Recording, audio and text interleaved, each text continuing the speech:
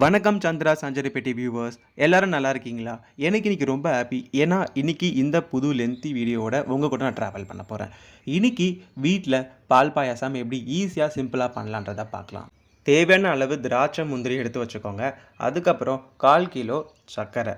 So 1/4 kilo சர்க்கரை எடுத்துக்கிட்டு சேமியா வந்து 100 கிராம் எடுத்துக்கலாம். அப்புறம் ஜவ்வரிசி வந்து 50 கிராம். இது வந்து பார்த்தீங்கன்னா ஃபஸ்ட்டு தண்ணியில் 20 மினிட்ஸ் ஊற வைக்கணும். நாங்கள் ஆல்ரெடி ஊற வச்சுருக்கோம்.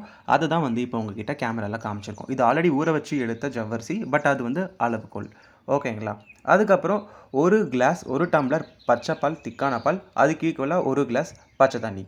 வாங்க எப்படி பண்ணுறதுன்னு காட்டுறேன். எந்த ஒரு விசேஷமாக இருந்தாலும் பாயாசம் இல்லாமல் நாள் போகவே போகாது. நார்மலான வெள்ளிக்கிழமை, செவ்வாய்க்கிழமை, வேலைக்கிழமையாக இருக்கட்டும், சஷ்டி, பிரதோஷம், தீபாவளி, பொங்கல், எந்த ஃபெஸ்டிவலாக இருந்தாலும் இந்த பாயாசம் இல்லாமல் அன்றைக்கி நாளே போகாது. சரி, இதுக்கு வானலில் 4 ஸ்பூன் நெய் விட்டுக்கலாம். ஓகேங்களா? ஆல்ரெடி 4 ஸ்பூன் நெய் நாங்கள் விட்டுக்கிட்டோம். இந்த கட்டியான நெய் கரைஞ்சி அதோட ஸ்மெல் கமகமன்னு வர இந்த டைமில் நம்ம என்ன பண்ண போகிறோம்னா, ஆல்ரெடி காமிச்சிருந்த திராட்சை, முந்திரி இதெல்லாமே நம்ம அந்த நெய்யில் சேர்த்து நல்லா பொன்னிறமாக நம்ம வறுத்து எடுத்துக்கணும். நீங்கள் அதை வறுக்கும் போது முக்கியமான ஒரு விஷயம், கேஸை வந்து ஹையில் வைக்காதீங்க, சிம்மில் வச்சுக்கோங்க. ஏன்னா அது லோ ஃப்ளேமில் இருந்தால் தான் இது கரெக்டாக பொன்னிறமாக அந்த கன்சிஸ்டன்சிக்கு ஏற்ற மாதிரி கரெக்டாக வரும். இப்போ வந்து நீங்கள் ஓகே நான் ஹை லெவலில் வச்சாலும் நான் தாராளமாக பண்ணிடுவேன்னா தட் இஸ் ஃபைன். இப்போ வந்து நீங்கள் பிகினர்ஸாக இருந்தீங்கன்னா ஸோ லோ ஃப்ளேமில் வச்சு நீங்கள் பண்ணுறது பெஸ்ட்டு. ஏன்னா சம்டைம்ஸ் அன்எக்ஸ்பெக்டடாக ஏதாவது வேலை வந்துடும். ஸோ நம்ம இதை தீயை விட்டு வச்சுக்கோங்க. அந்தளவுக்கு இது க்ரன்ச்சி கொடுக்குற விஷயம் இல்லையா? ஸோ அதுக்காக லோ ஃப்ளேம்லேயே நல்லா வறுத்து எடுத்துட்டு இதை வந்து நம்ம என்ன பண்ண போகிறோம்னா ஒரு தட்டில் வந்து ஷிஃப்ட் பண்ணிக்க போகிறோம். ஏன்னா எல்லாத்தையும் தனித்தனியாக வறுத்து எடுத்து நம்ம தட்டில் ஷிஃப்ட் பண்ணி வச்சுக்கலாம். ஏன்னா இது இப்படி பண்ணால் தான் ரொம்ப கரெக்டாக பாயாசம் சூப்பராக வரும். ஏன்னா ஆல்ரெடி பாயாசம் வந்து எல்லா டைம்லையும் நம்ம வீட்டில் இருக்கோம். ஏன்னா இது இல்லாமல் நல்ல காரியமும் சரி, எந்த காரியமும் சரி ஃபுல்ஃபில் ஆகாது. பாயாசன்றது ரொம்ப ரொம்ப நம்ம கலாச்சாரத்துக்கு கூட ஒன்றி போன விஷயம். சரி, எடுத்து நம்ம தட்டில் போட்டாச்சு. அடுத்து என்ன, 100 கிராம் சேமியாவை அந்த வானலில் இருக்க நெய்லியே சேர்த்து நம்ம கோல்டன் ஃப்ரை பொன்னிறமாக வறுக்க போகிறோம். As previously stated in my remarks. So நம்ம இது எல்லாத்தையும் வந்து இந்த கன்சிஸ்டன்சியில் தான் வறுத்தெடுக்கணும். ஏன்னா இதெல்லாம் வந்து பொன்னிறமாக வறுத்தெடுத்தால் தான் அந்த பாயசம் வந்து டேஸ்ட்டு ஃபுல்ஃபில் ஆகும். என்ன பாயசத்துக்கு இவ்வளோ சொல்கிறீங்களேன்னு கேட்காதீங்க. பிகாஸ் நம்ம எடுத்தோம் கவுத்தோன்னு பண்ணிடலாம். பட் பாயசத்தை அந்த டேஸ்ட்டை ஃபீல் பண்ணி குடிக்கிறதுக்கு ஸோ நீங்கள் இதை கொஞ்சம் டைம் இருந்தால் பொறுமையாகவே பண்ணுங்கள். ஸோ வேறு லெவலாக டேஸ்ட் இருக்கும். அதே மாதிரி இது நாள் வரைக்கும் நம்ம சேனலில் கொடுத்துட்ருக்க உங்கள் சப்போர்ட்டுக்கு ரொம்ப ரொம்ப நன்றி. பட் உங்கள் சப்போர்ட் எனக்கு இன்னுமே வேணும். ஆக்சுவலாக I just want to take a moment to express my sincere gratitude for each and every one of here. உங்கள் சப்போர்ட் எப்பவுமே it's means a lot and world to me. சரிங்க, இப்போது இது வறுபட்டாச்சு. இந்த வறுத்தெடுத்த சேமியாவை நம்ம தனி தட்டில் கொட்டி வைக்க போகிறோம். ஓகேங்களா? இந்த மாதிரி கொட்டி அப்படியே நீங்கள் எடுத்து வச்சுக்கோங்க. நெக்ஸ்ட் என்ன, பாயசத்தை செய்ய ஆரம்பிச்சிட வேண்டியதான். இப்போ தான் வந்து நம்ம ஆல்மோஸ்ட் கம்ப்ளீட் பண்ணியிருக்கோம். இதுக்கப்புறம் தான் பாயசம் எப்படி செய்யுதுன்னு உங்ககிட்ட காட்ட போகிறேன். அதே வானலில் நம்ம சொல்லியிருந்தோம் இல்லையா அந்த அளவுகோல், அந்த 1 டம்ளர் தண்ணி, அந்த 1 டம்ளர் தண்ணியை இதில் சேர்த்துட்டு அது கூடவே 1 டம்ளர் திக்கான பால் அதையும் ஊற்றிட்டு நம்ம இதை கொதிக்க விட போகிறோம். கொதிக்க விடும்போது எப்படி பண்ணணும்னா நம்ம வந்து கரண்டி போட்டு காய்ச்சி எடுக்கக்கூடாது. இதுக்கு வந்து நீங்கள் எப்படி பண்ணிங்கன்னா டேஸ்ட் நிஜமாகவே சூப்பராக வரும். நீங்கள் மூடி போட்டுருங்க. ஓகேங்களா? மூடி இருக்கும் இல்லையா, அந்த மூடி போட்டுட்டு இந்த பாலை வந்து நல்லா கொதிக்க வச்சு சுண்டை காய்ச்சி எடுக்கணும். ஸோ அந்த நல்லா அந்த பால் நுரைச்சி வரும் பாருங்கள், அந்த மாதிரி பால் பொங்கி வர அந்த டைம் வரைக்கும் நீங்கள் மூடி போட்டு வச்சுக்கோங்க. மோஸ்ட்டாக தட்டு வந்து நீங்கள் போட்டிங்கன்னா உங்களுக்கு வந்து இந்த மாதிரி தெரிக்கிறதுக்கு சான்ஸ் இருக்குது. ஸோ நீங்கள் அதை வந்து லோ ஃப்ளேமில் வச்சு கூட நீங்கள் சரி பண்ணிக்கலாம். அவ்வளோதாங்க, இந்த பாலம் நல்லா பொங்கி வந்துருச்சு. இந்த டைமில் நம்ம என்ன பண்ண போகிறோம், ஆல்ரெடி காமிச்சிருந்த ஜவ்வரிசி, ஊற வச்ச ஜவ்வரிசி இருக்குல்ல, அதை வந்து இதில் சேர்த்துடலாம். சேர்த்துட்டு நல்லா நம்ம கலரி எடுக்க போகிறோம். கரண்டி போட்டு நல்லா கலரி எடுத்து இதை சுண்டை காய்ச்சி எடுக்கணும். அந்த டைம் வரைக்கும் நீங்கள் நல்லா கலரி எடுத்துக்கோங்க. ஆல்ரெடி இந்த பாலை மூடி போட்டு எடுத்தோம் இல்லையா, அப்பயே வந்து சுண்டை காய்ச்சிச்சு. இன்னும் சுண்டை காய்ச்சி வரணும். அப்போ தான் வந்து நம்ம இந்த வறுத்தெடுத்த சேமியா, இந்த முந்திரி எல்லாம் போட்டு நம்ம பாயசத்தை முடிக்க முடியும். ஸோ இதே மாதிரி நல்லா கலரி எடுங்க. கலரி எடுத்து நல்லா சுண்டை காய்ச்சி எடுத்துக்கோங்க. பார்த்தீங்களா எப்படி அந்த ஜவ்வரிசிலாம் இந்த பால் கூட சேர்ந்து எப்படி டைப் ஆகி வருதுன்னு சொல்லி. அதே மாதிரி நீங்கள் நம்ம சேனலோட புது சப்ஸ்கிரைபர்னால் நம்ம சேனலில் இருக்க எல்லா வீடியோஸும் பாருங்கள். வடகம் வந்து ஃபுல் வீடியோ எப்படி பண்ணலாம், அது ஸ்டார்ட் டு எண்ட் ப்ராசஸ் பண்ணி போட்டிருக்கோம். அது வந்து 1 வருஷம் இல்லை, நீங்கள் வந்து 5 வருஷம் வச்சு கூட யூஸ் பண்ணலான்றதை நாங்கள் அதில் காமிச்சிருக்கோம். கொஞ்சம் டிஃப்ரெண்ட்டாகவே நாங்கள் பாரம்பரிய ஸ்டைலில் பண்ணியிருக்கோம், இங்கே அஞ்சரை பெட்டி முறையில். அதே மாதிரி நிறைய ஸ்வீட்ஸு, மொஜிட்டோ நிறைய வீடியோ இருக்குது. நீங்கள் ஷார்ட்ஸ் போய் பாருங்கள். அதே மாதிரி நம்ம சேனல் இன்ஸ்டாகிராமில் இருக்குது, சப்போர்ட் பண்ணுங்கள். உங்களுக்கு பிடிச்சிருந்தா நீங்கள் பண்ணலாம். அவ்வளோதாங்க. இது ஆல்மோஸ்ட் ரெடி.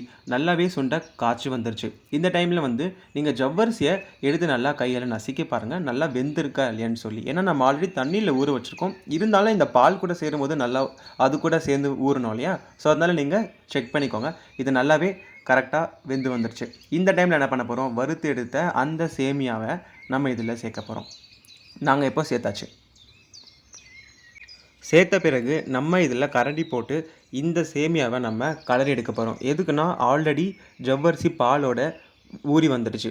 ஸோ இந்த சேமியாவும் நம்ம வறுத்து எடுத்துருக்கோம். ஸோ கொஞ்சம் கிறிஸ்பியாக மொறுமொறுன்னு இருக்கும். இது வெந்து வர வரைக்கும் நம்ம கொதிக்க விடணும். கொதிச்சு சுண்ட காய்ச்சி வரணும். ஏன் சுண்டு காய்ச்சி எடுத்து அல்வா மாதிரி ஆகிடுமே, அப்போ எப்படி பாயாசம் வரும்னு கேட்கலாம். இந்த வீடியோ முடியும் போது நீங்களே பார்ப்பீங்க நாங்கள் என்ன பண்ணுறோன்னு சொல்லிட்டு. அது நார்மலாக பண்ணுற விஷயம் தான். தெரிஞ்சிருந்தா ஓகே, இல்லைனா நீங்கள் பார்த்து கற்றுக்கோங்க.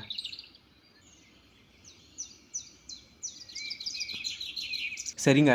இந்த டைமில் என்ன பண்ண போறோம், நம்ம மூடிய போட்டு திரும்பவும் அத கொதிக்க விட போறோம். இந்த ஆவி படவே நல்லா கொதிக்கணும். ஏன்னா, இது ஆவி படுறது அந்த மூடி மேல பட்டு திரும்பி கீழ ரெஃப்ளெக்ட் ஆகும். அப்போ வந்து இது டேஸ்ட்டு கொஞ்சம் டிஃப்ரெண்ட்டாவே நம்மளுக்கு கிடைக்கும். அப்படியே கொதிப்பு விடுற இந்த டைமில் என்ன பண்ண போறோம், நம்ம மூடி எடுத்துடலாம். எடுத்துட்டு திரும்பவும் கரண்டி போட்டு நம்ம கலரி எடுக்கணும். ஸோ, இந்த கரண்டி போட்டு பாருங்க, இப்போ கலரி எடுத்தீங்கன்னா உங்களுக்கு வந்து சுண்ட காய்ச்சி எடுத்த இந்த பாயாசம் அந்த கன்சிஸ்டன்சி நீங்க ரொம்ப ஃபீல் பண்ணல. பாருங்க, இப்போ நல்லா சுண்ட காய்ஞ்சி வந்துருச்சு. இதுதான் வந்து கரெக்டான ஒரு லெவல் இந்த பாயாசத்தை நம்ம ஃபுல்ஃபில் பண்ணுறதுக்கு. ஸோ நல்லா நீங்கள் பார்த்துக்கோங்க. இந்த பாயாசத்தில் இந்த ஜவ்வரிசி, இந்த சேமியாலாம் வந்து நல்லா வெந்து வந்துச்சான்னு சொல்லி பார்த்துக்கோங்க. ஸோ நம்ம இதை அப்படியே விட்டுடலாம். இது நல்லாவே கொதிச்சு வரட்டும். இந்த பால் பாயாசம் எப்பவுமே நம்ம லைஃபுக்கு ஒரு ஒன்றி போன விஷயம். அன்றாட வாழ்க்கையில் day to day life. So ஏதாச்சும் ஒரு நல்ல விசேஷம் டக்குன்னு ஏதாச்சும் வீட்டில் ஸ்வீட் பண்ணோன்னா ஃபஸ்ட் நம்ம பாயாசம் தான் பண்ணுவோம். எல்லாமே அதுதான்.